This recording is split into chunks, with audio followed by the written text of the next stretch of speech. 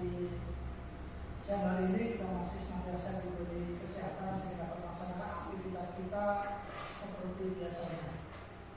Dan pada kesempatan ini saya ucapkan terima kasih atas kesediaan Bapak dan Ibu Guru untuk kita bersama-sama bagi saya sendiri selaku sekretariat nomor 9 untuk melaksanakan satu tahapan kegiatan dan diseminasi budaya positif di satuan pendidikan. Bapak Ibu mengerti bahwasanya budaya positif ini sebenarnya secara kita sadari ataupun tidak pun sudah terlaksana di satuan pendidikan. Cuma mungkin istilah terkait dengan budaya positif amat sangat tergabungkan di kegiatan guru penggerak. Apa sih itu budaya positif? Salah satu dari kegiatan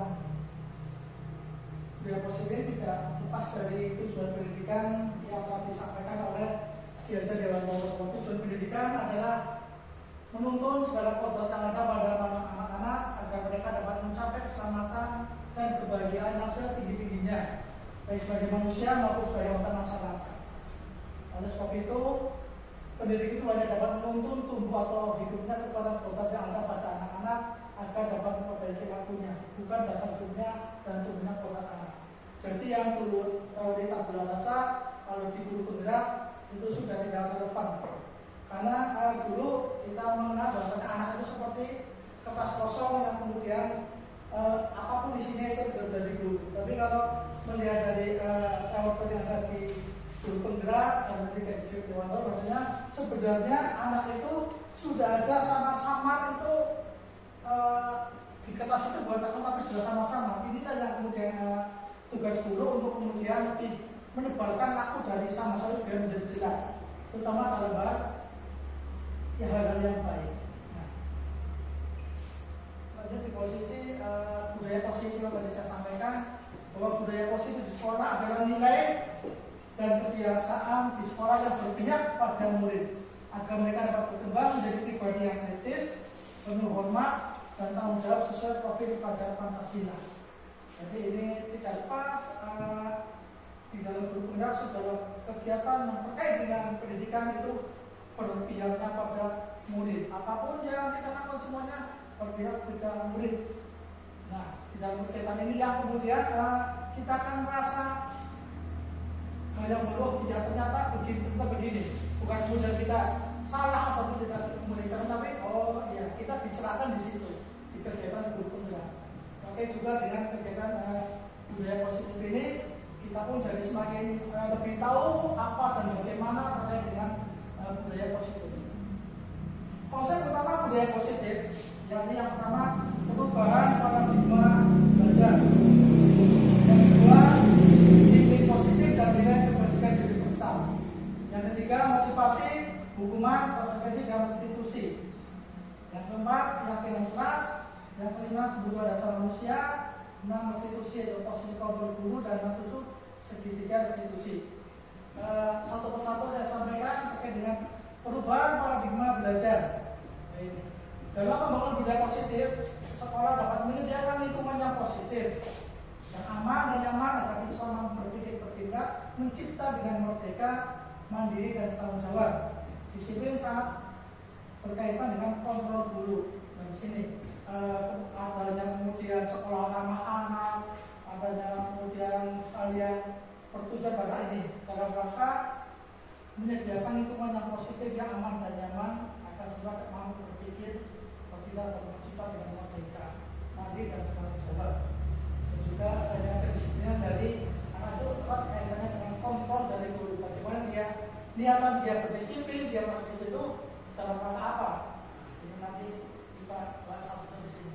Teori kontrol. Teori kontrol guru. Yang pertama, ilusi guru mengontrol murid.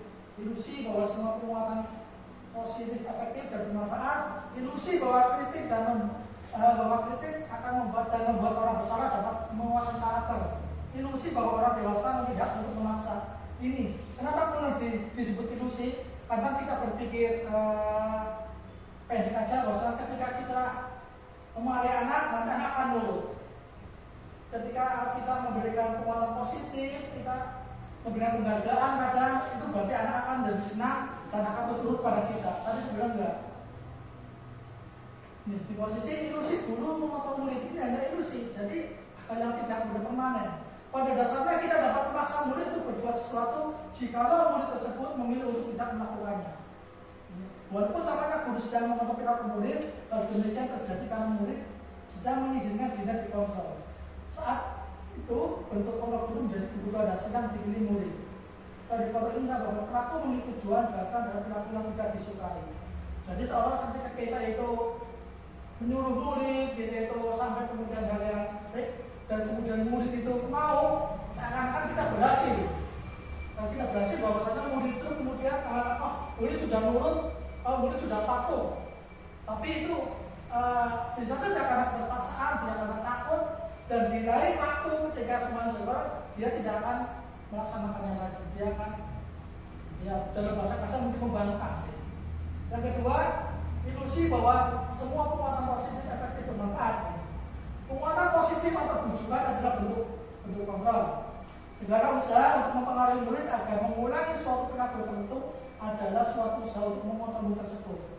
Dalam jangka waktu tertentu, kemungkinan murid tersebut akan menyadarinya dan mencoba untuk menolak bujukan kita, atau bisa jadi murid tersebut tergantung pada kebebasan guru ini. Seolah-olah kemudian kita sudah bisa mengontrol murid, kita sudah memberikan kekuatan positif, memberikan penghargaan, tapi ketika murid itu sadar, dia bisa saja akan menolak. Makanya itu juga ilusi. Yang ketiga, ilusi bahwa kritik atau merasa bersalah dapat menguatkan karakter. Ketika kita sudah memarahi anak, kamu salah ini, kamu sudah nakal sama teman, kamu salah, kamu harusnya gini. Menggunakan kritik atau rasa bersalah untuk menguatkan murid menuju pada identitas gagal. Jadi sebenarnya memberikan hukuman itu termasuk memberikan identitas gagal pada murid. Bukan hukuman, memberikan penghargaan pun kemudian bisa juga menjadi identitas gagal. Nah, ini yang kemudian kita sadari ketika guru berapresiasi, itu bagian baik, ternyata tidak semua penghargaan itu kemudian menjadikan hal baik. Bisa itu dalam jangka pendek dia, tapi dalam jangka waktu berikutnya tidak. Sebagai contoh, ketika anak sudah mengejar PR, ya kan di depan teman-teman kita berapresiasi ini bagus ini bagus itu, ya kan. Tapi ketika kemudian suatu saat dia mengejar PR tapi gurunya lupa tidak memberikan penghargaan, dia menjadikan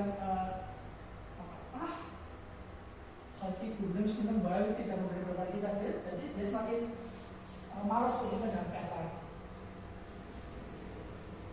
Ilusi bahwa orang dewasa berhak untuk memaksa ini. Banyak orang dewasa percaya bahwa mereka bertanggung jawab untuk membuat murid berbuat hal tertentu.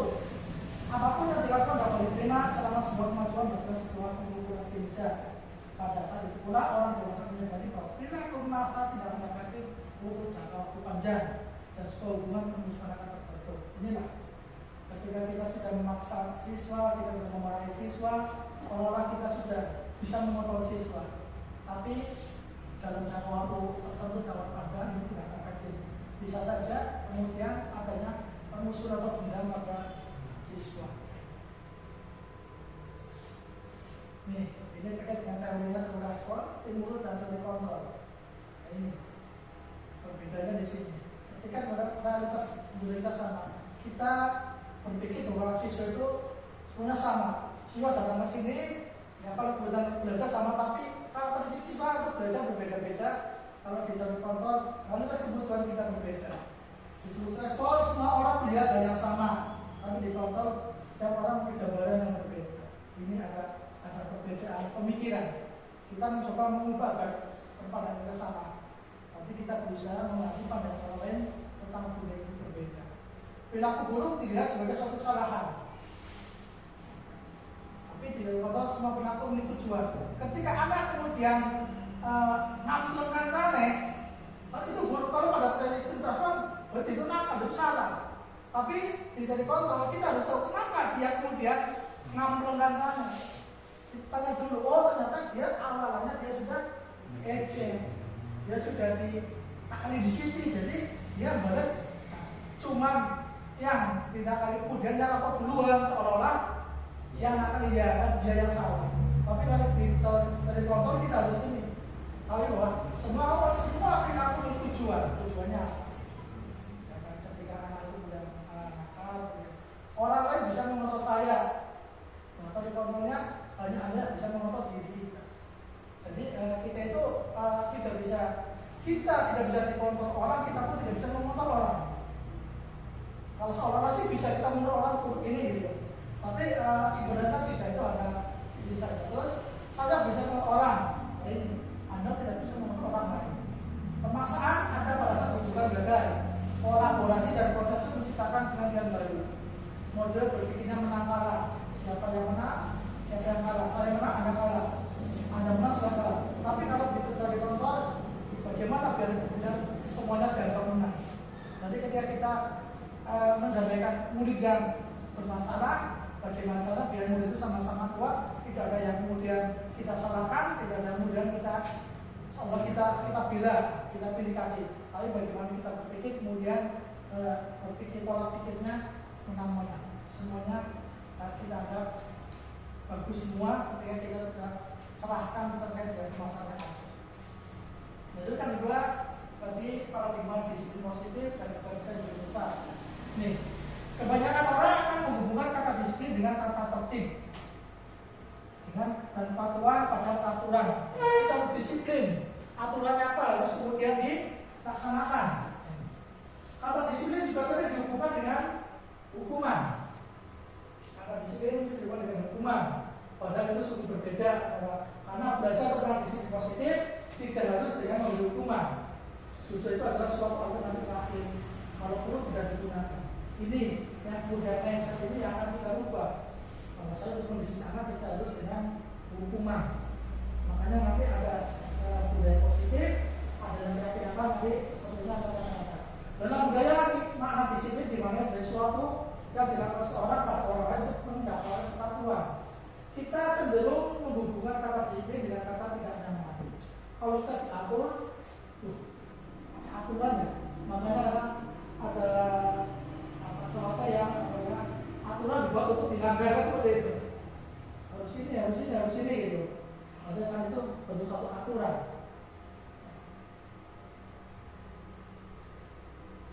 Jadi disiplin adalah kemampuan memerintah diri sendiri dalam mengontrol dan menguasai diri untuk memilih tindakan yang mengacu pada nilai-nilai yang tidak baik dan perlu tanggung jawab tanpa terperintah orang lain. Nah, ini. Jadi disiplin itu kemampuan diri sendiri. Jadi datangnya dari dalam diri kita, intrinsik, motivasi intrinsik dari dalam diri kita, bukan karena orang lain. Kita harus bisa menyadarkan peserta diri kita, anak-anak kita, bahwasanya mereka disiplin diri dari mulai berangkat sekolah, mengajarkan PR itu karena motivasi dari diri, bukan karena engkau diganjari guru nih, engkau kemudian dapat hukuman, tetapi muncul dari dalam diri sendiri. Nilai-nilai yang tidak ada dari kebajikan sifatnya positif dan merupakan tujuan mulia yang kita ingin capai itu, yaitu nilai dalam topik dasar Pancasila. Ada 6 dimensi dalam topik dasar Pancasila, yaitu bertakwa, beranak mulia, mandiri, inovatif, beranak kritis, gotong royong, dan sebagainya. Yang ketiga, motivasi, hukuman, refleksi, dan restitusi. Semuanya ada ini sendiri. Dan Gosen dalam bukunya tadi sekolah disiplin karena ada 3 motivasi orang sesuatu. 3 motivasi orang untuk berperilaku. Kenapa dia melaksanakan itu? Yang pertama ini, yang paling rendah ini, dia menghindari ketidaknyamanan dan hukuman. Orang melakukan sesuatu, melaksanakan perintah dan aturan ini. Yang pertama karena menghindari hukuman. Nah ini tingkatan paling rendah dari perilaku manusia. Orang yang melakukan perilaku ini biasa ada karena menghindari hukuman atau tidak nyaman. Akan bertanya apa yang terjadi. Dalam pikirannya cuma berpikir apa ya terjadi jika saya tidak melakukannya. Ini yang paling, ini sifatnya eksternal dari luar. Saya melaksanakan ini biar tidak dihukum. Saya berangkat pagi, kan aturannya ini kalau nanti saya dimarahin. Ini motivasi eksternal. Ini hal yang paling rendah ini sebenarnya.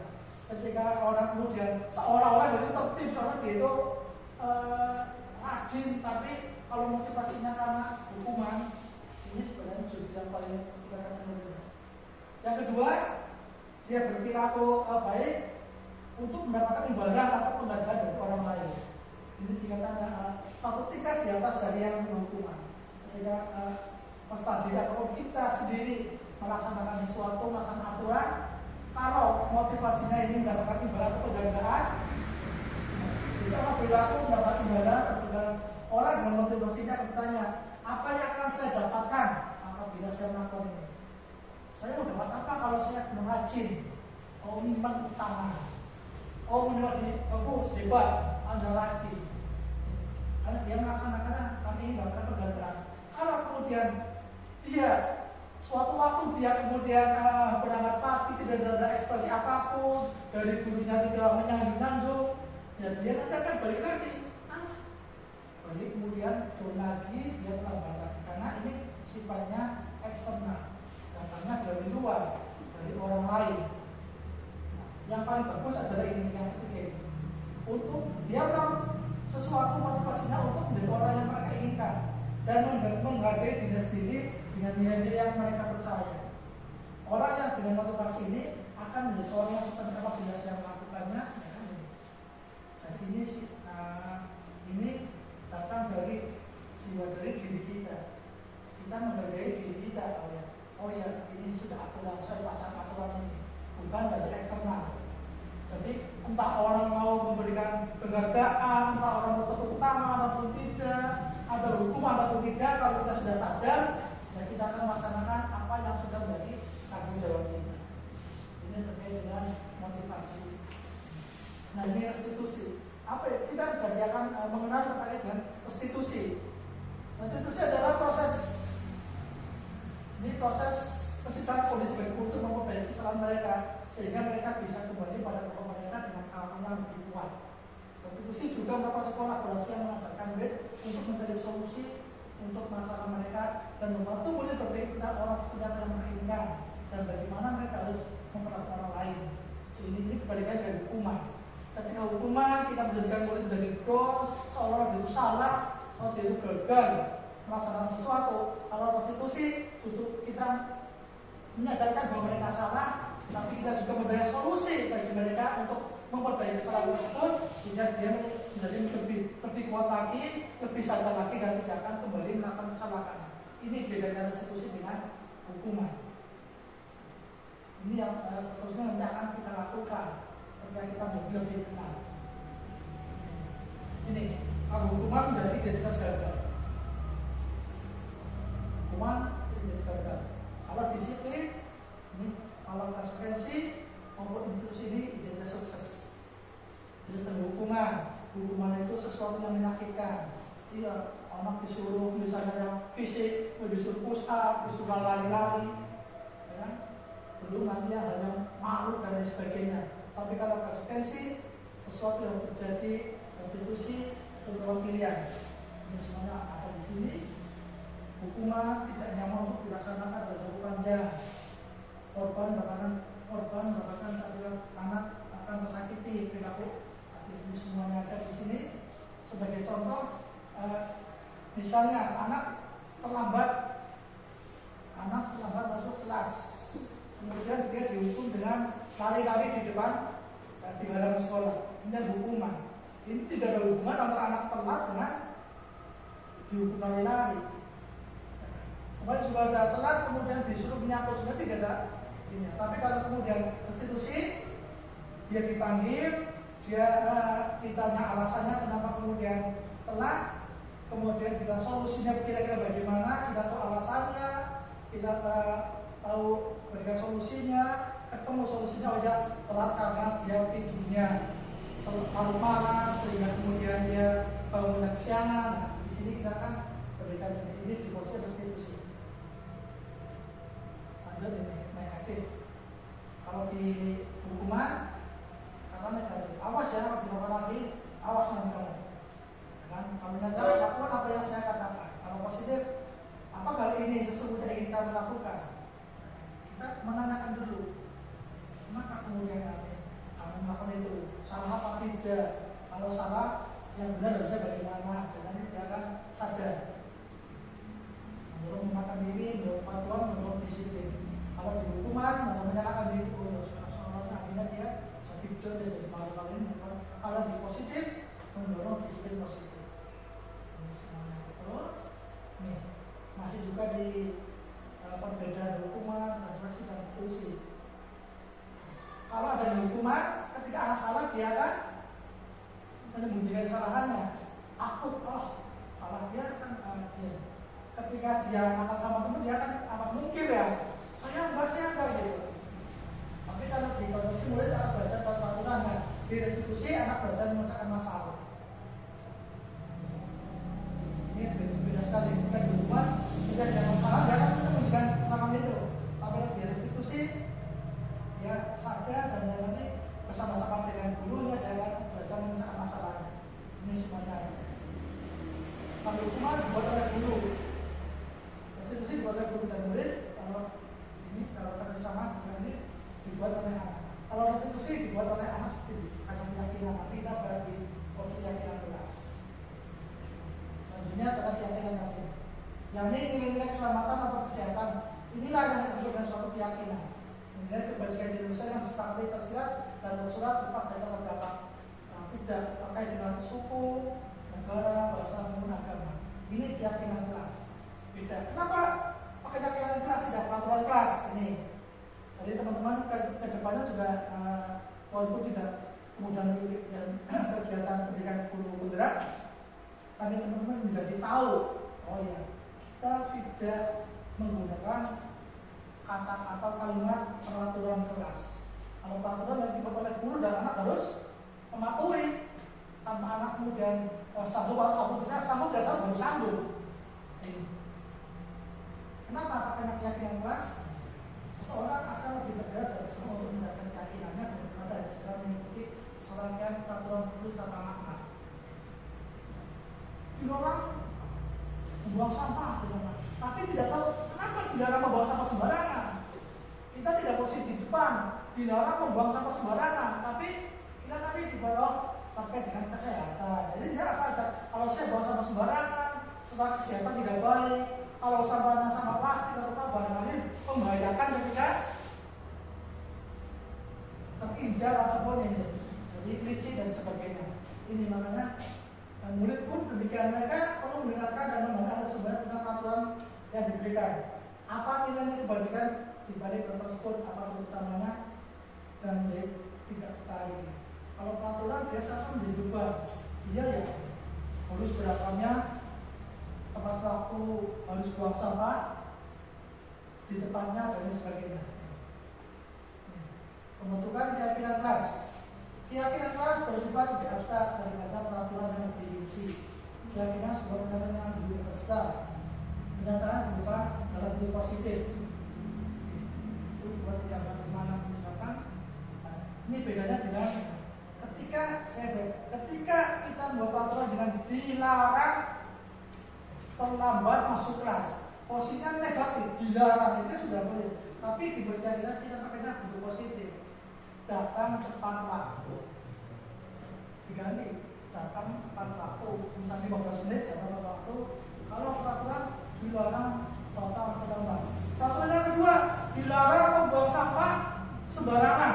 Kita ganti membuang sampah tepat waktu. Atau ini kan nanti ada kenapa membuang sampah sembarangan? Kita sadarkan bahwa ini terkait tadi dengan kesehatan, kalau buang sampah sembarangan dari kotor, tidak sehat, juga berbahaya, misalnya itu keinjak, karena licin. Jadi keyakinan kelas sebenarnya tidak terlalu banyak, sehingga mudah diingat. Tidak perlu kita dalam kelas itu bawa faktor berbagai keyakinan kelas nanti terlalu banyak. Mungkin berapa yang dan ini dibuat sendiri oleh anak-anak. Dia tuliskan apa yang dia ingat dan dia mampu lakukan. Membuang sampah, mengerjakan PR di rumah. Jadi terkait dengan hal yang ringan dan tidak perlu terlalu banyak. Keyakinan apa sebaiknya sesuatu yang dapat diterapkan di lingkungan tersebut. Ini dan mampu dilaksanakan, tidak bermuluk-muluk. Tapi tidak semua warga kelas tidak ikut berkontribusi dalam pembuatan ringkas lewat kegiatan surat pendapat ini. Datangnya dari siswa. Coba kira-kira apa yang bisa kita lakukan untuk kenyamanan kelas kita. Kemarin kelas 3 saya coba begitu. Pak, si piket tuh bener apa esok? Tadi datang tepat waktu atau baru si piket. Kenapa? Soalnya kalau si piket kawan ini dari situ kemudian anak disadarkan. Yakini dengan sendirinya nanti dia akan melaksanakan. Persediaan tidak kembali dari waktu ke waktu. Bisa saja keyakinan kelas itu sudah tidak relevan lagi dan kita tinjau ulang. Jadi teman-teman mulai sekarang tidak kemudian kita di awal tahun kita buat pemilihan kelas, struktur kelas, kemudian tapi ditambah lagi dengan pembuatan keyakinan kelas. Selanjutnya paradigma terkait dengan budaya positif pakai kebutuhan dasar manusia. Kebutuhan dasar manusia ada 5, yakni yang pertama kebutuhan bertahan hidup, kebutuhan kasih sayang dan rasa diterima, penguasaan, kebebasan dan kesenangan. Dari mana kita bisa mengetahuinya? Nah ini, dari satu kasus kita akan mengetahui motivasi dari dia melakukan tindakan tersebut. Ini kasus Ibu Ambar, guru wali kelas 2A di SD Pidati, sedang bingung menghadapi ulah salah satu murid di kelasnya, yang ini namanya Doni. Beberapa anak di kelas 2 telah datang padanya dan menemukan Doni yang seringkali meminta bekal makan siang mereka dengan paksa. Doni sering jaluk bekal. Jika Anda menghadapi situasi seperti ini, apa yang Anda lakukan? Menurut Anda kira-kira apa alasan Doni melakukan tersebut? Nah, kita tidak langsung memvonis Doni kenapa kamu gini? Doni salah ini salah. Tapi kita harus lihat dari jawaban Doni, kita akan tahu motivasinya apa ketika Doni melakukan ini. Dalam kasus di atas, apabila jawaban Doni ketika ditanya bahwa adalah karena saya lapar, orang tua saya tidak membawakan bekal makan siang, maka kebutuhan dasar yang berusaha Doni adalah kebutuhan untuk bertahan hidup. Ketika Doni kita panggil, jawabannya iya Bu, saya lapar. Jadinya saya minta sama teman. Berarti motivasi dia karena tetap hidup. Kalau dia tidak minta, mungkin dia lapar, perut dia sakit. Mungkin kadang bisa kita maklumi, cuma kita kasih penyadaran mungkin caranya. Nah, cara dia tidak rokok, dan juga tidak seterusnya minta juga gitu. Mungkin kita tidak semua orang. Jawabannya adalah kebutuhan bertahan hidup. Tapi ketika Doni kemudian menjawabnya, mengambil bekal temannya karena merasa senang temannya jadi memperhatikan dia. Ketika temannya melaporkan tindakan pada gurunya dan gurunya memberitahu orang tuanya sehingga orang tuanya memperhatikan dia, maka kebutuhan rasa berikutnya adalah kebutuhan kasih sayang atau rasa terima. Itulah ketika Doni dipanggil ditanya, "Don, kenapa kamu minta bekal sama teman?" Nah, teman-temannya lapor pada gurunya, Doni senang. Oh ya, berarti saya diperhatikan. Gurunya ngomong sama orang tuanya. Doni merasa diberikan kartu bekal sayang dari selanjutnya nih. Kalau jawabannya lain lagi, Doni merasa hebat. Dia minta sama temannya bekalnya, dia itu merasa hebat karena temannya jadi takut dengan dia dan memenuhi keinginannya. Maka jawaban dari penguasaan kebutuhan dasar penguasaan. Ini sok-sokan, ini sok jagoan. Dia merasa hebat, dan minta temannya ditakut. Jadi motivasinya menggunakan penguasaan. Yang keempat, ketika jawaban dia padahal bawa bekal, tapi dia masih minta sama teman. Sebenarnya karena merasa bosan dengan bekal yang dibawa dari rumah, dan dia mencoba minta sama teman-temannya beraneka ragam. Jawabannya karena dia ingin kebebasan. Jadi dari satu kasus saja kita bisa memilah-milah anak ini berbuat seperti itu karena apa. Dan yang terakhir ini, kalau dia melakukan iseng karena mendapat wajah teman-teman yang kesal, karena dia ini senang iseng, temannya jengkel, dia senang kalau membuat temannya jengkel, usir, jahil, ini karena senang. Jadi inilah 5 kebutuhan dasar manusia, dan kita sebagai guru harus bisa memilah ketika peserta kita dan murid kita melakukan sesuatu itu motivasinya karena apa, karena kebutuhan akan apa. Tidak kita langsung vonis bahwa kamu sudah salah melakukan itu, karena segala sesuatu di kontrolnya segala sesuatu yang dilakukan murid kita mesti mempunyai tujuan. Ya, sebenarnya yang benar restitusi pada posisi kontrol guru ini.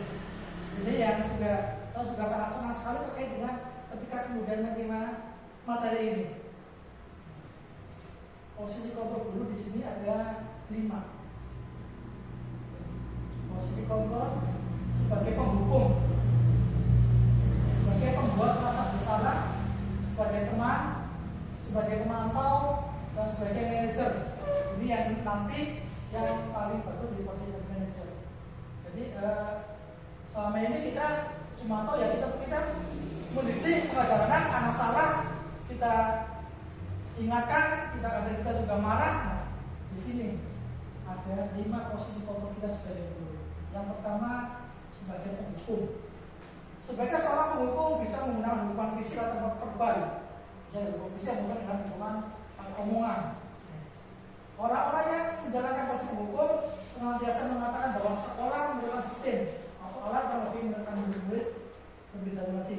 Guru-guru yang menekan posisi penghukum akan berkata, kalau kita pada posisi sebagai penghukum, patuhi aturan saya, awas kamu selalu saja salah, pasti selalu yang baik, selesai. Pasti kamu yang tulisnya pasti paling lama ini. Ini posisi penghukum. Guru seperti ini senantiasa percaya hanya ada satu cara agar berhasil, itu cara saya. Mungkin kita selama ini di posisi ini, kormani gitu. Kalau ini penghukum. Nah ini penghukum, maka suaranya tinggi, bahasa tubuh, matanya melotot, dengan jari yang nunjuk lagi. Lambat lagi, pasti lambat lagi. Sudah lambat, kapan udah waktu? Bagaimana perasaan murid bila guru berpikir seperti itu? Dia datang terlambat dengan perasaannya, akan merasa sangat bersama ya. Tapi kadang sudah saling berbeda. Mungkin ada kala kita melakukan ini lah, tapi ketika kita sudah mengetahui materi ini, ya kita jadi lebih ringan. Hasilnya kemungkinan murid marah dan mendendam atau bersikap agresif. Bisa jadi sesudah kembali itu murid akan mencoba berbuatnya jatuhnya. Lebih dulu lagi.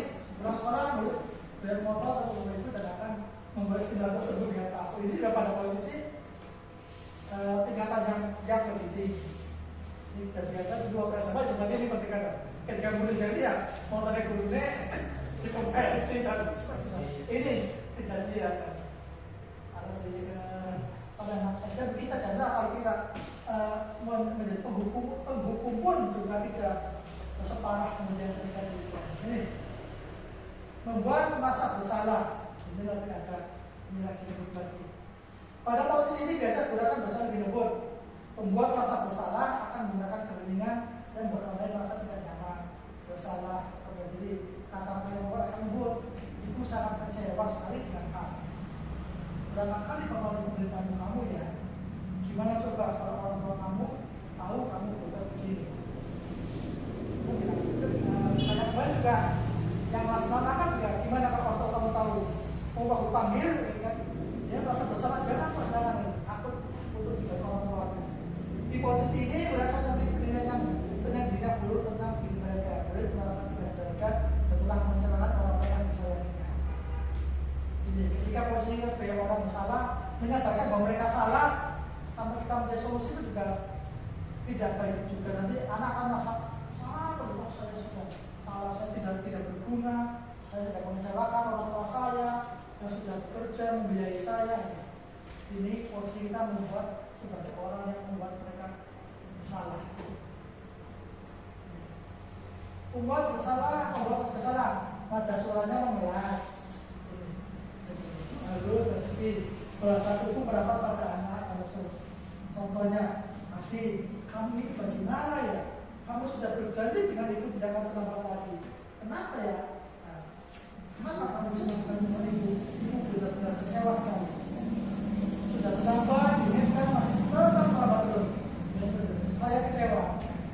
Sebenarnya hal kayak gini akan gampang di anak yang lebih tinggi daripada SMA. Kalau SD ya, karena di sini ya mungkin anak baru saja yang ini yang lebih bagus.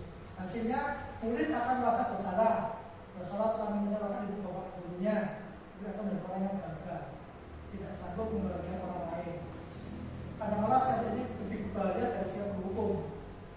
Bisa saja ini kalau dihukum biasanya ya sudah saat itu saja, tapi kalau yang kayak gini, kalau dia terlalu dalam rasa bersalahnya, ya kejadian di TV kan kadang ada anak yang padahal gurunya di sekolah ngomongnya biasa saja, tapi penerimaan dirinya terlalu dalam.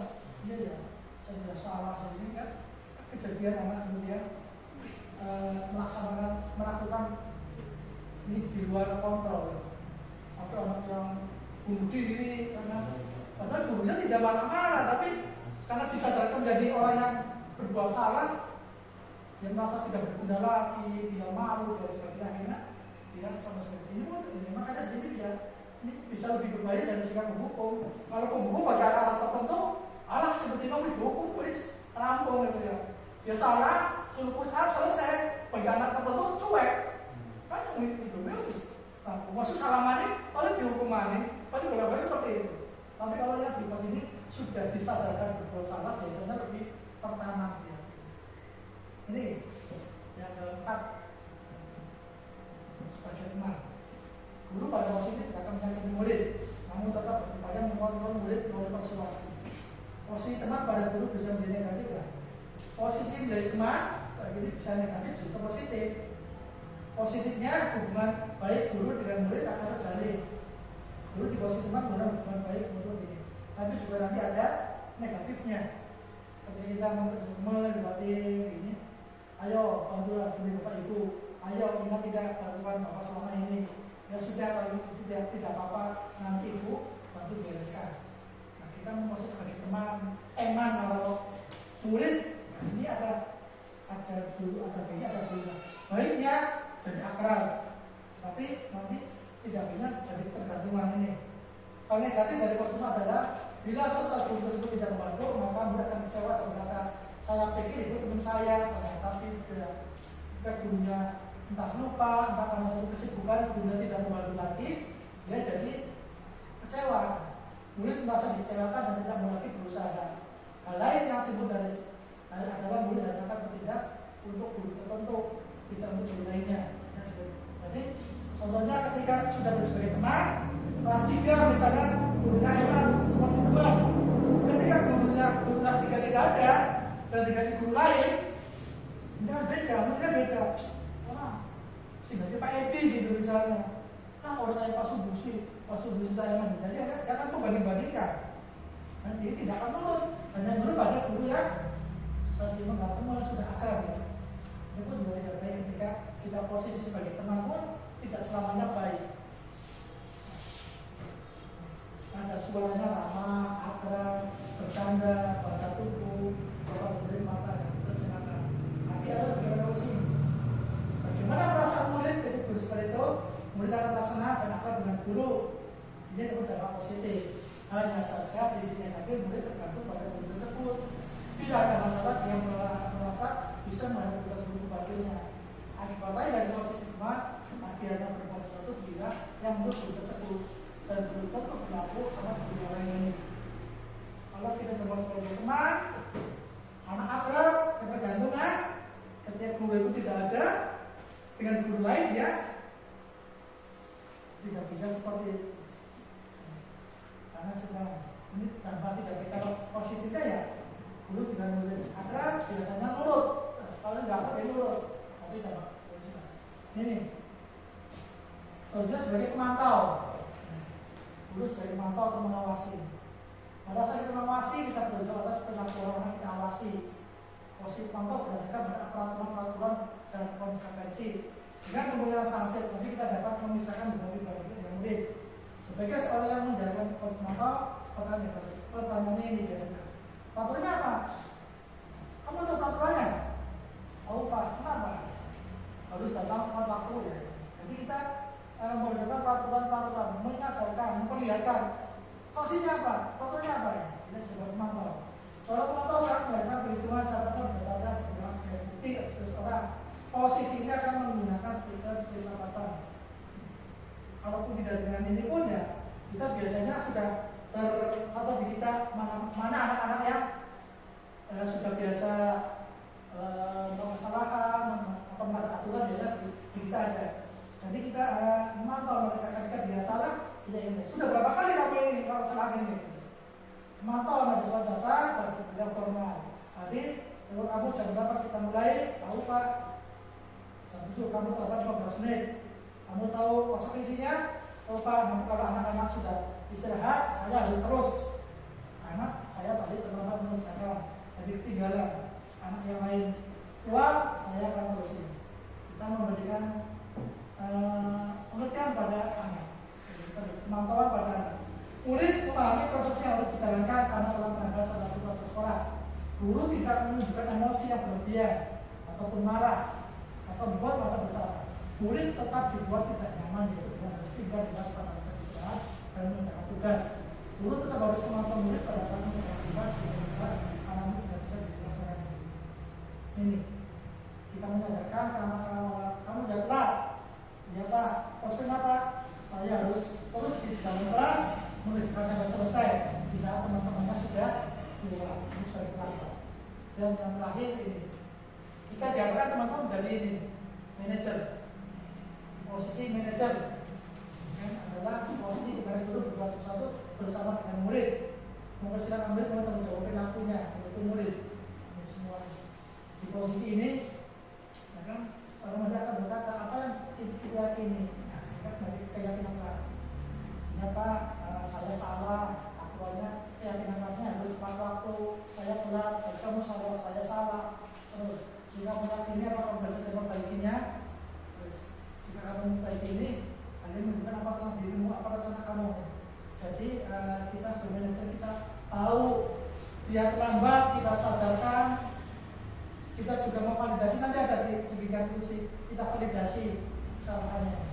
Tugas seorang manajer bukan mengatur perilaku seorang, tapi kita membimbing untuk mengatur dirinya. Seorang yang bukan misalnya murid dari luar kita, tapi mengembalikan murid ke pokoknya dengan menjadi lagi. Jadi ketika ada siswa yang salah, kita polis, tapi kita panggil, kita dudukkan, kita tanya kesalahannya apa, melakukan apa. Oh ya ini Pak, saya melakukan ini Pak, bertengkar sama ini. Terus kita tanya keyakinan kelasnya apa Pak? Bahwa sesama teman itu harus saling menghargai. Berarti apa melakukan salah apa benar? Salah, ya. Menyadari kesalahannya karena ada keyakinan kelas. Kemudian kita kasih validasi betul. Melakukan itu semua orang pasti pernah melakukan kesalahan. Bukan kita membenarkan kesalahan, tapi kita membenarkan semua orang tidak ada sempurna, pasti pernah melakukan kesalahan. Tetapi bagaimana kita memperbaikinya? Terus manajer suami halus, berlaku. Ini hubungannya dengan yang ini segitiga restitusi, yang terakhir. Segitiga restitusi. Dia dosen dalam bukunya restitusi. Sebenarnya telah merancang sebuah tahapan untuk memudahkan para guru dalam proses mencapai anak-anak restitusi bernama segitiga restitusi. Yang pertama ini menstabilkan identitas. Menstabilkan identitas. Langkah yang kedua validasi tindakan yang salah. Ini maksudnya bukan membenarkan tindakan yang salah. Bukan tindakan salah divalidasi berarti benar, bukan. Yang ketiga menanyakan keyakinan.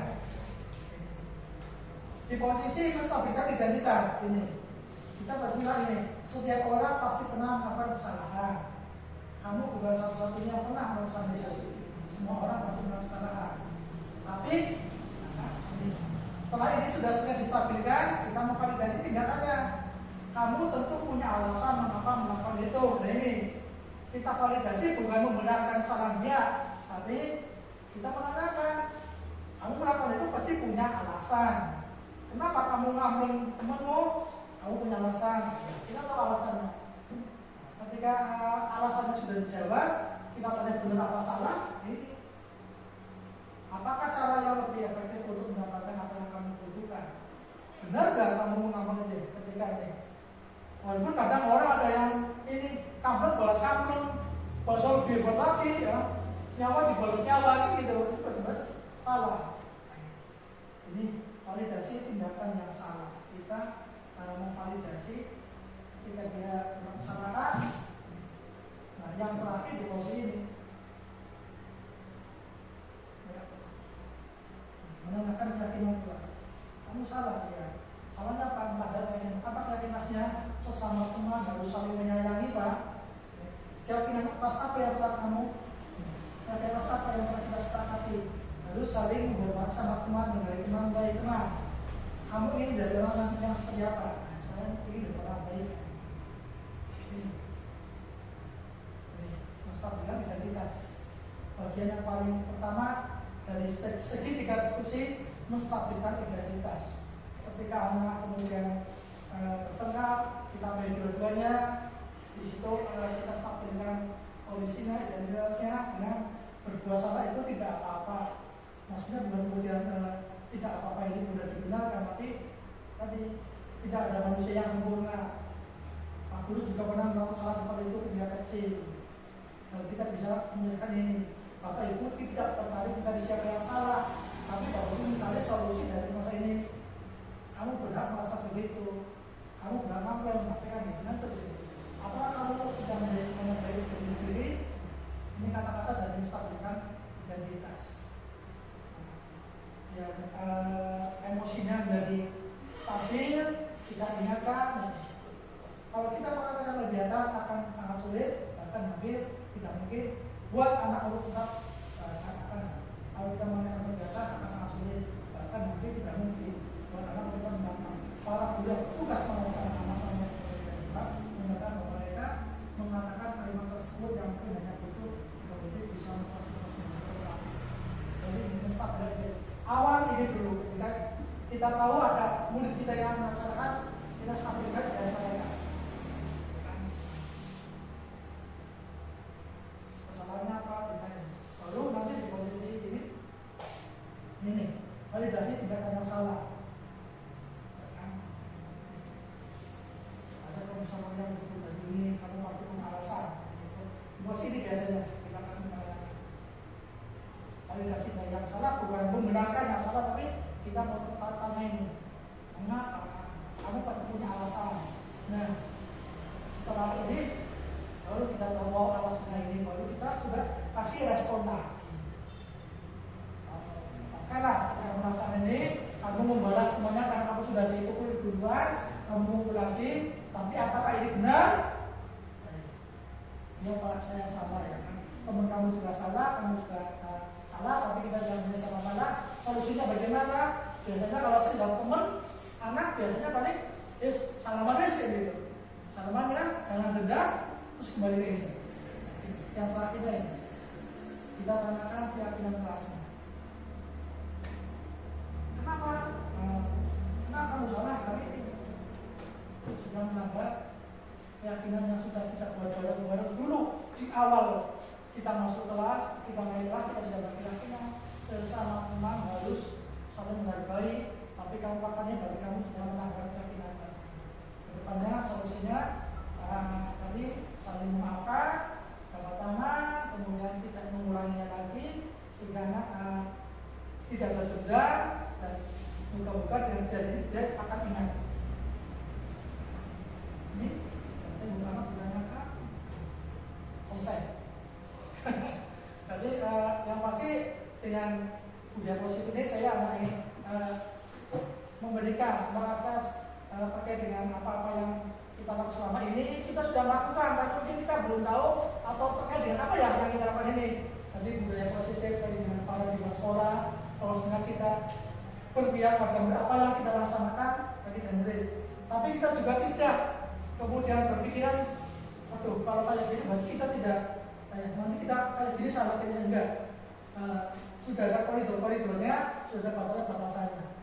Dan di posisi mana kita juga akan menempatkan diri kita, di posisi penghukum kah, di posisi pembuat pasal bersalah, di posisi teman, pemantau atau manajer.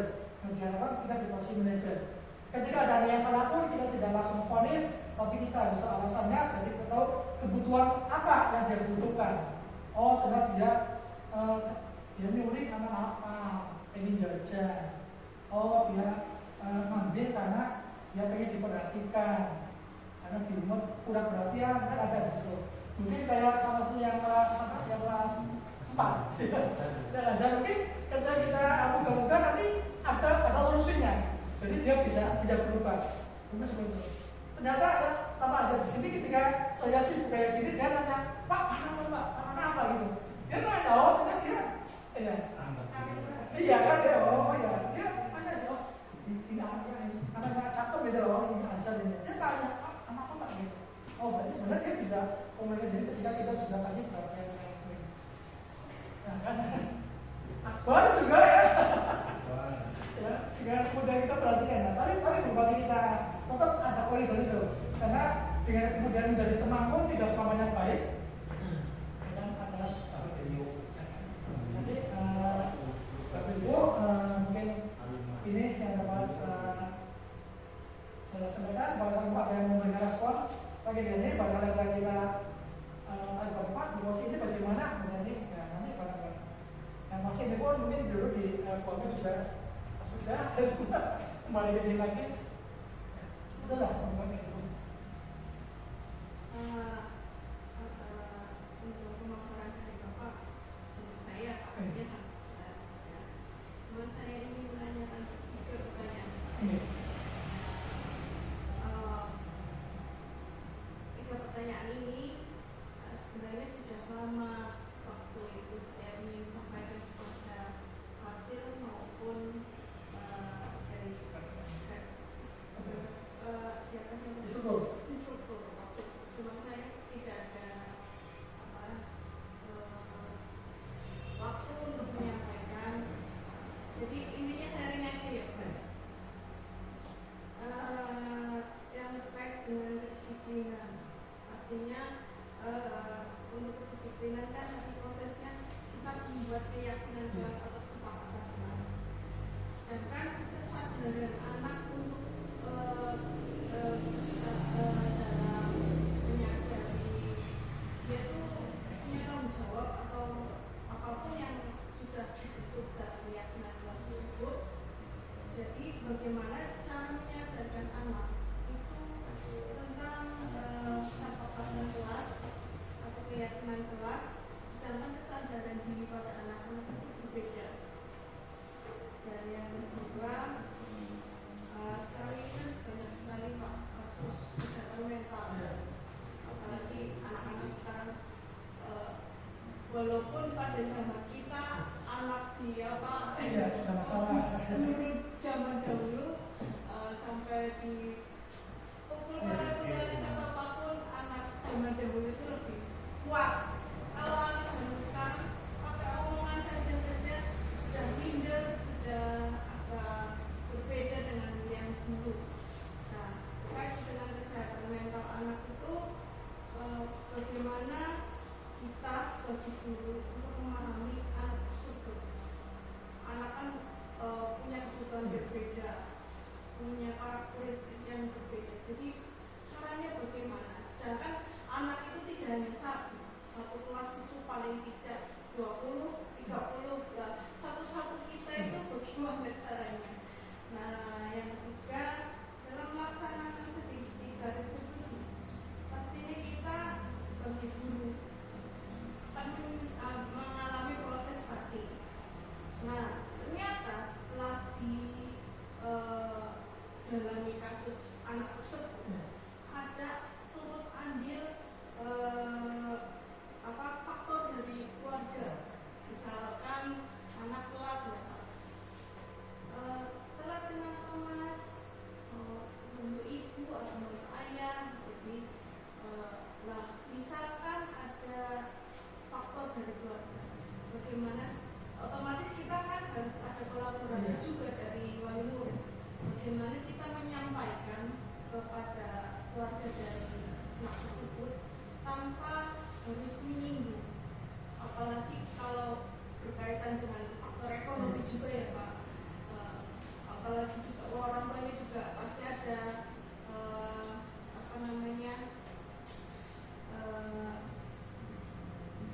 pandangan anak itu harus membantu orang tua begitu Pak. Jadi bagaimana kita juga paling tidak untuk berkolaborasi dengan orang tua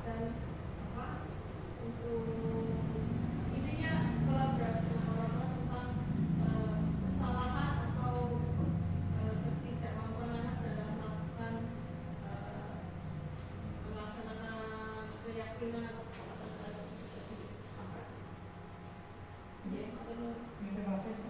Pak ada mau ini lagi. Yang pertama, bagaimana dia menyatakan anak ketika sudah ada keyakinan kelas, kemudian dia masih melakukan juga. Masih makanya di depan terkait dengan keyakinan kelas. Yang pertama, keyakinan kelas itu bagi ini menurut saya itu dibuat bareng-bareng dari sesama, bukan dari kita, tapi dia datangnya dari anak. Hal-hal yang ringan yang kemudian anak itu ketahui dan itu ada benar dan ada salah, ada sesuatu yang benar dan salah dan datang dari anak. Seperti halnya membuang sampah, itu ada membuang sampah di depannya, itu hal ringan, tapi biar keluar dari anak. Jangan kita sebagai langsung dilarang membuang sampah sembarangan itu. Lalu biarkan itu keluar dari curah pendapat anak-anak.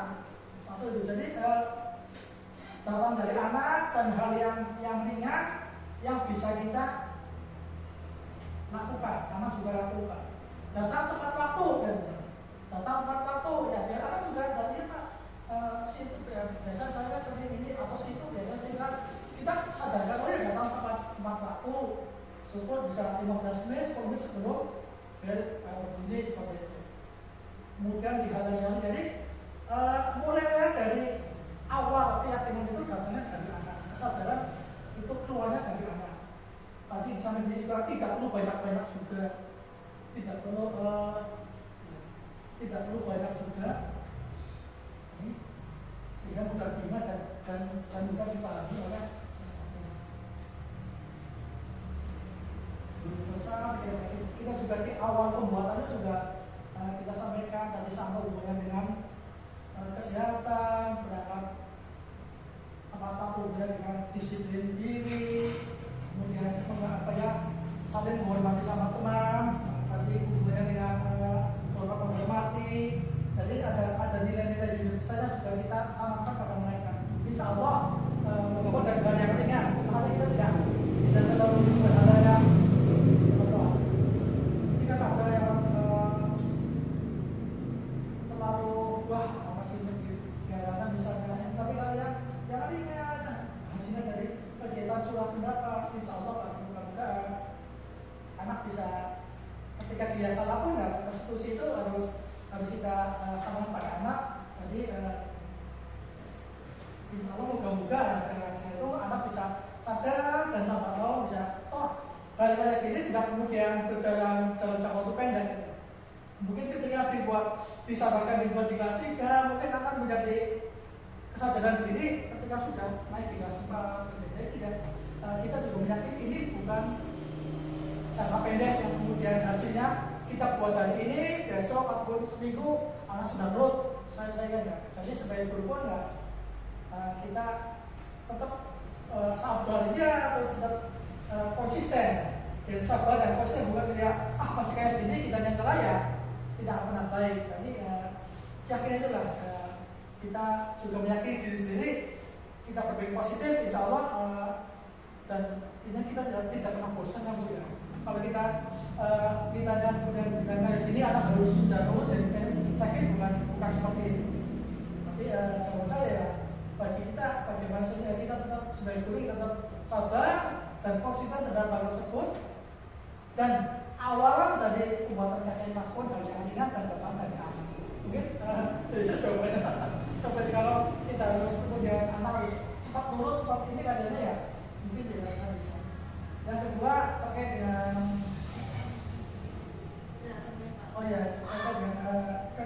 kesehatan mental, karena terkait dengan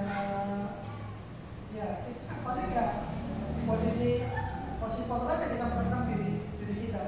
Memang kalau kita bicara pendidikan yang berambat anak, mulai RTP ini ada apa? Memang seolah-olah kita tuh ribet banget itu ya. Dari RTP ini ada diferensiasi, ada kayaknya jadi gurunya ribet banget. Kayaknya abot berpindah-pindah pegawainya gitu. Ya, tapi ya memang jangan tanya si ngomong sih lakunya apa atau enggak gitu ya? Ya, saya sendiri belum bisa melakukan dengan semaksimal mungkin ya, gitu ya.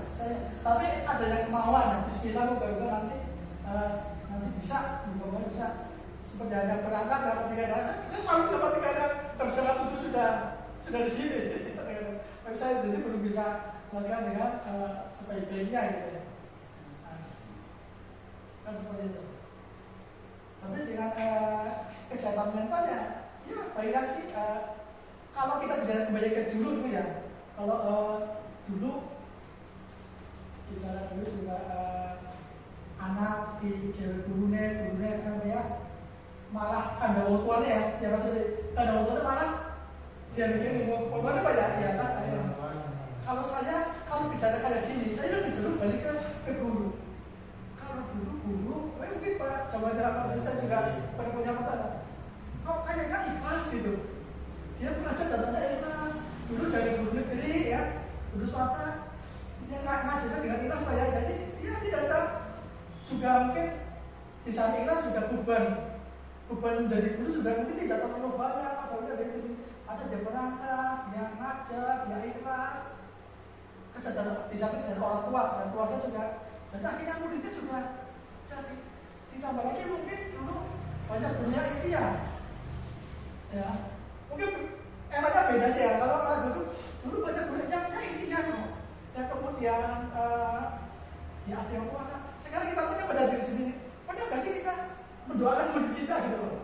Dalam sholat kita pernah nggak kita mendoakan Allah moga-moga murid-muridnya, jadi anak-anak kami ya, biar solehin itu buat anak kami. Tapi pernah nggak kita kemudian ya Allah moga-moga anak kami murid-murid saya di anak soleh? Pernah nggak? Kita berikan pada ya, begitu.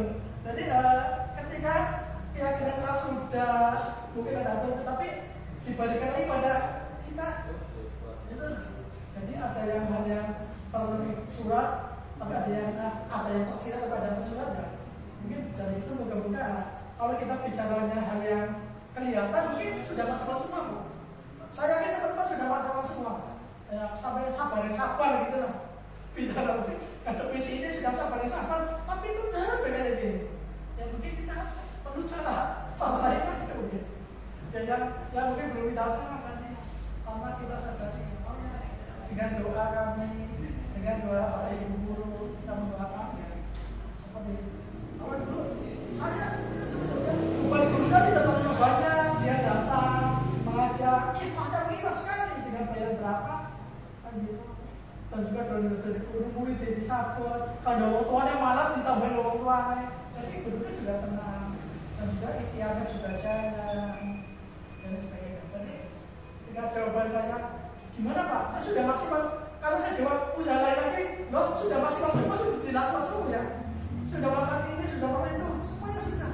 Ya udah, kembalikan kepada apa yang kurang dari saya mungkin ini tantangan dari saya ya. Berarti ya, usaha dan juga dengan doa juga mungkin kita ketika si A sudah kayak gitu, pas saya ya tetap ya sabarnya tetap, konsistennya tetap dilayani, tetap dilendoti, tetap ini sambil tambahin di rumah dengan doa suasana paling gitu. Mudah-mudahan nanti akan gitu. Terus doanya paling gitu aja. Moga-moga cepat lulus nanti mesin. Moga cepat lulus mau doa sih kayaknya. Tapi ada dulu biasanya mungkin kita kalau gurunya apa aja ya. Mulai kan gurunya emang, pasti emang itu Pak. Banyak doa dari Pak itu mungkin lulus oleh sangat dia kan gitu. Ya, jadi ya banyak cara ya. Ada hal yang perlu kita lakukan, kita lakukan. Karena kalau bisa bicara tentang guru, insya Allah kata-kata semuanya bersama di sini guru sudah maksimal semuanya. Walaupun PBB caranya sudah dari guru untuk RPP yang lokal, RPP 1/4, RPP yang berdiferensiasi, sampai media, itu semuanya sudah lakukan. Karena bebannya berat banget gitu. Nah, karena dengan teman-teman saya juga ya, pokoknya kita bareng jalan. Kita bareng jalan, kita kompak, ya nggak perlu kemudian kita saling ini, ya ada teman di sini. Kemudian saya tidak pernah kemudiannya, walaupun bukan baru udah di anak udah jadi kerja, dan pas itu izin boleh enggak? Karena semua orang pasti akan ada di posisi itu. Ya, saya pun mungkin bisa di posisi itu. Ya keluarga, apalagi saya jadi kita kita juga kerja untuk keluarga. Ketika ada keluarga sedang ada sesuatu, kenapa saya baru saya tinggalkan?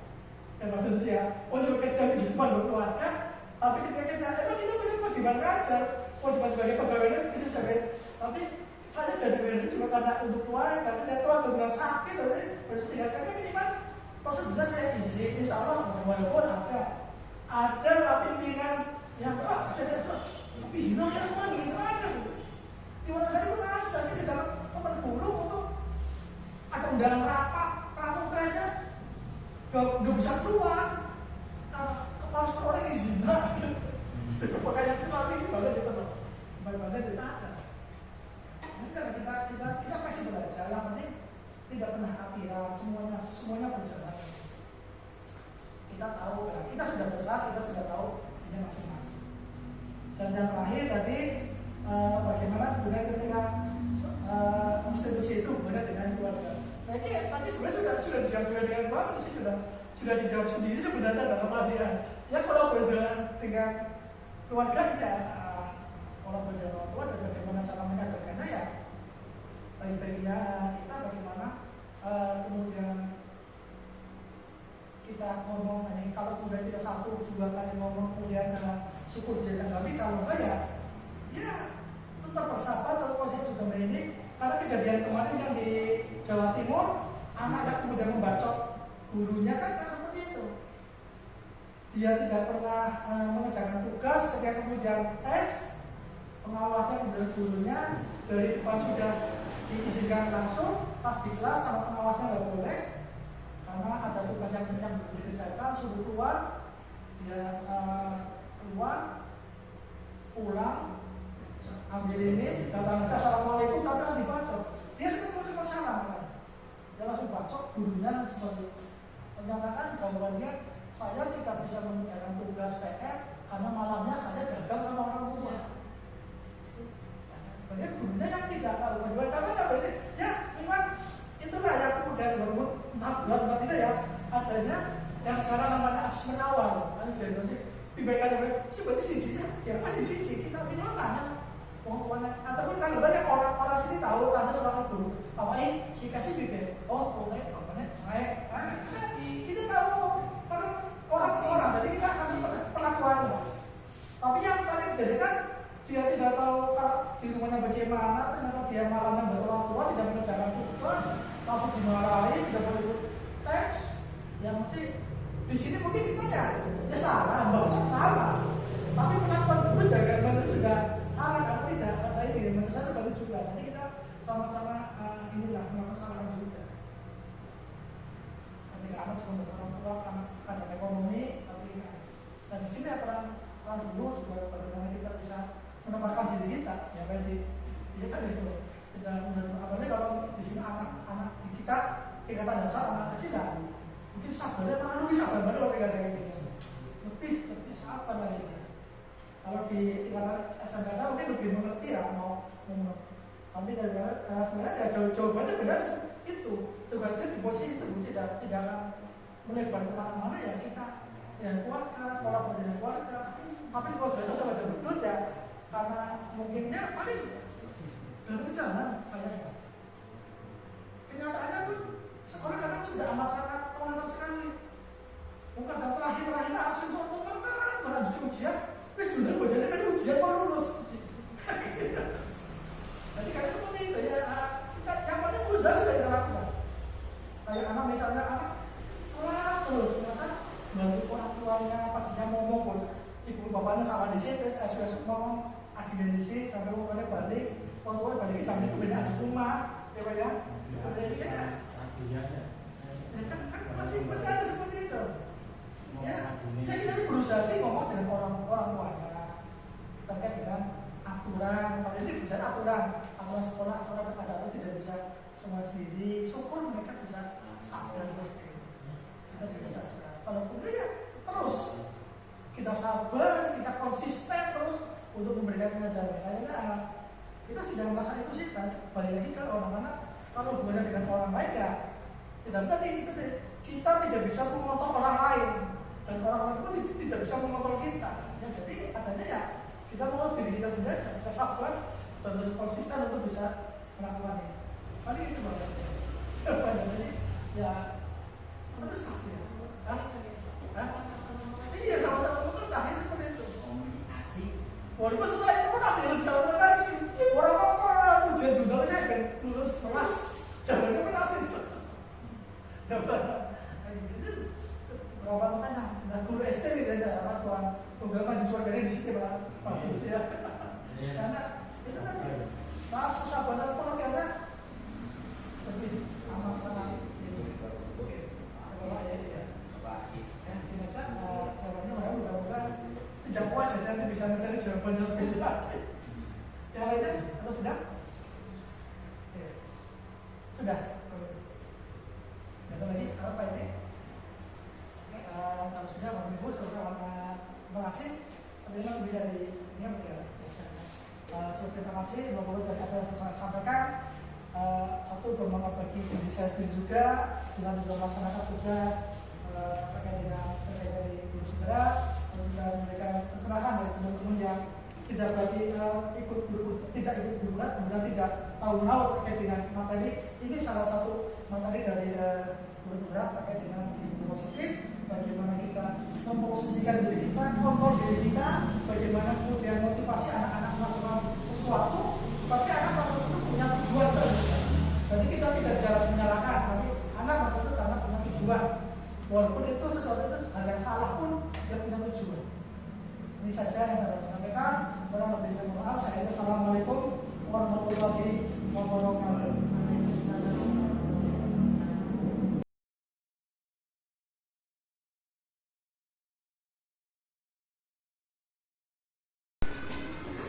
Terima kasih. Assalamualaikum warahmatullahi wabarakatuh. Waalaikumsalam warahmatullahi wabarakatuh. Apa kabar hari ini? Sehat?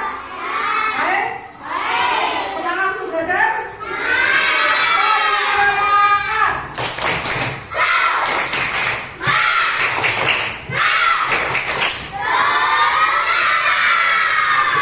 Terima kasih anak-anak yang seperti itu yang saya sampaikan bahwa dalam hidup kita harus punya aturan, baik di sekolah, di rumah, dan di masyarakat.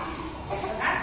Nah, tapi yang kita ubah di sini bukan namanya peraturan, tapi keyakinan kelas. Apa sih Pak Guru bedanya aturan dan keyakinan? Nah, kalau aturan itu dari sekolah dari Pak Guru, anak-anak harus memakai seragam. Anak-anak harus pakai sepatu, ya kan? Anak-anak tidak boleh itu dari sekolah. Nah, kalau keyakinan kelas, katanya dari kamu buat bareng-bareng. Coba kamu kalau melakukan sesuatu dipaksa, gimana orang? Kan? Tapi kalau melakukan sendiri, senang, kan enak. Nah, contoh belajar itu kewajiban apa dipaksa? Kewajiban. Kamu sudah belajar dari kalau sang no, sino, gitu kan? Biasanya malas dia dikompor ya, so kan malas dikompori terus. Karena aturan. Tapi kalau kamu sudah sadar, Bang Halil ngaji, sinaunya aku tutup buku. Bebas, nonton TV boleh, nonton HP boleh, ya kan? Orang tua mana enggak? Enggak, karena kamu sudah kerja sesuai aturan. Kamu kerja sendiri, maghrib sholat, habis sholat ngaji, habis ngaji belajar, habis belajar selesai sudah bebas. Terus orang tua kamu enggak mau. Coba kamu habis sholat langsung nonton TV, ibunya ya kan? Oh, saya dulu ngaji, nonton TV. Masih gitu kan? Aku yang disuruh ngaji. Kamu dulu ngaji, mana ngaji? Malas. Aku yang rame ya. Iya. Karena itu aturan. Nah, yang kamu pengen buat itu keyakinan. Datangnya dari kamu sendiri. Biar kamu gak perlu dipaksa jalan dewek.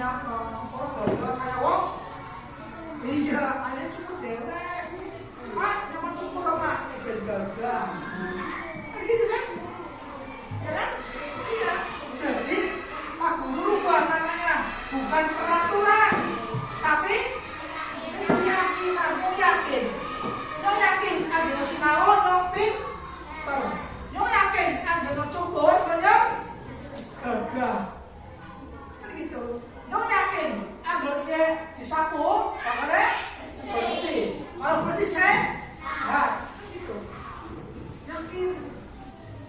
Saya yakin kalau kita semua saling menyayangi, maka tidak ada yang tukaran. Nggak ada yang itu kan? Ada yakin, keyakinan keras. Jangan semuanya diatur. Perlu diatur. Kan kudu pikir. Kan kudu sinau. Sungkan, ya. Sungkan. Soalnya diatur. Kalau yakin, oh iya. Dan kalau kamu sudah sadar keyakinan, itu kamu akan enak.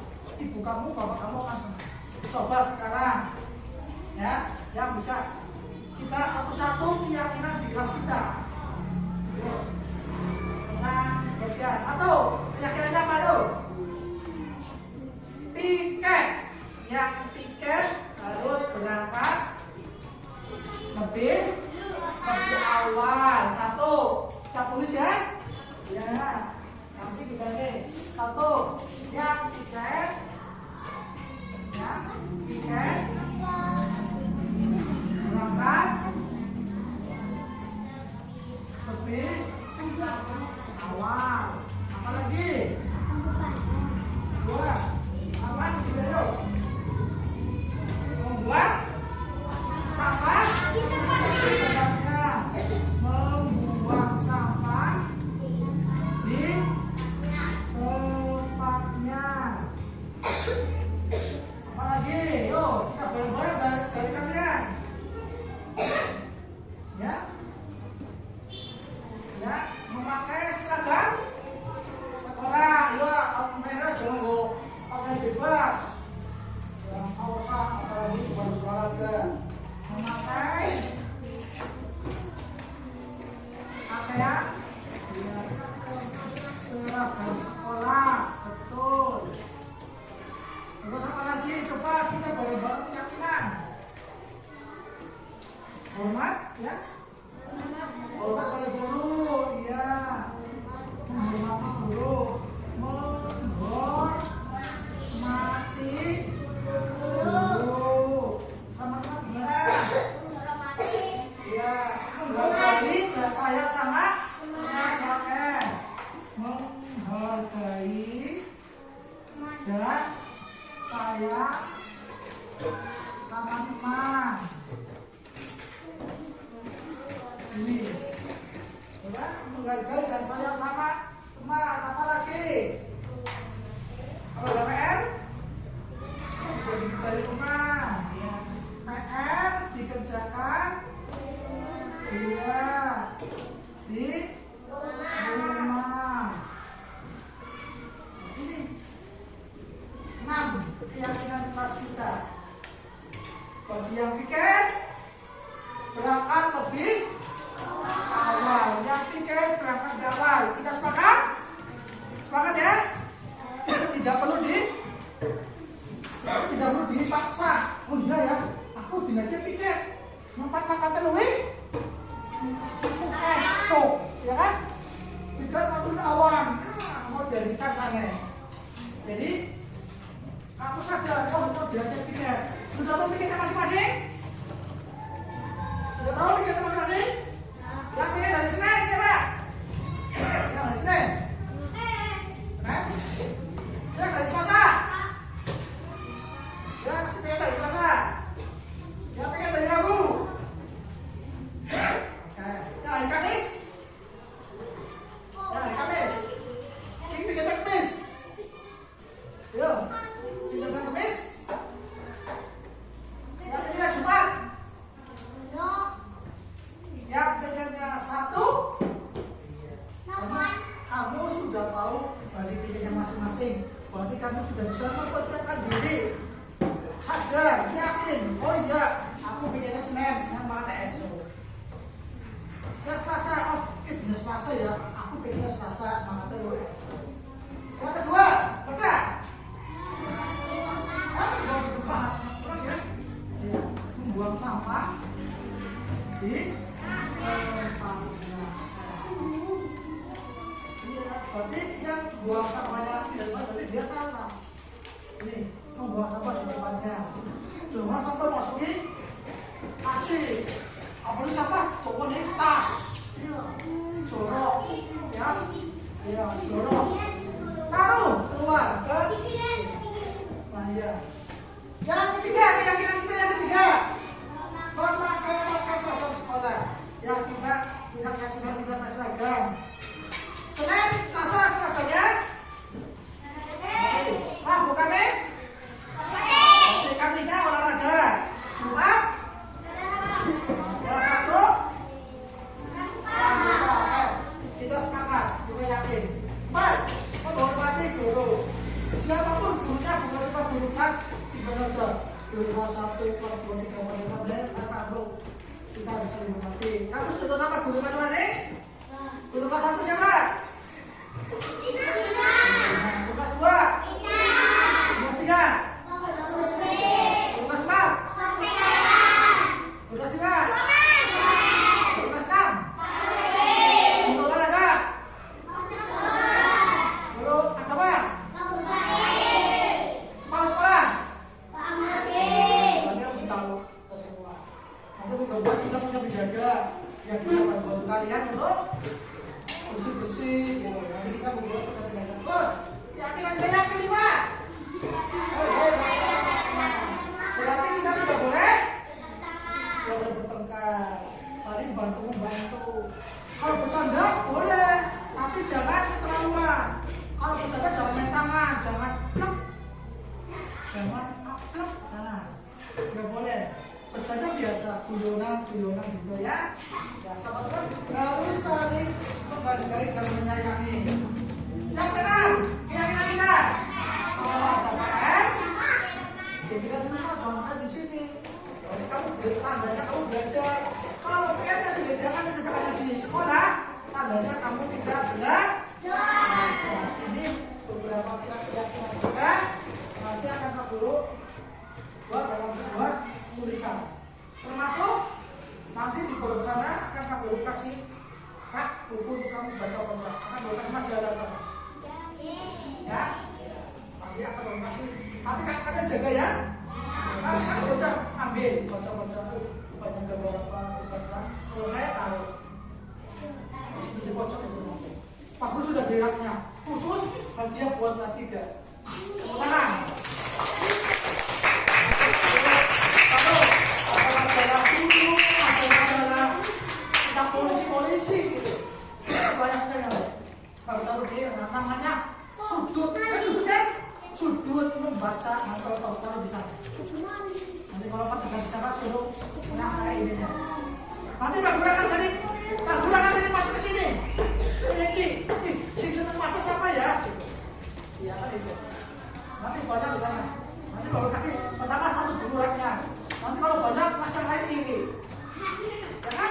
Nanti yang pertama Guru kasih kelas 3 dulu. Ya. Kita taruh dulu di situ. Kamu baca boleh. Ambil baca di sini boleh, tapi kalau sudah nanti kalau sudah baru ganti lagi yang lebih baru lagi terus biar kalian semangat. Ya.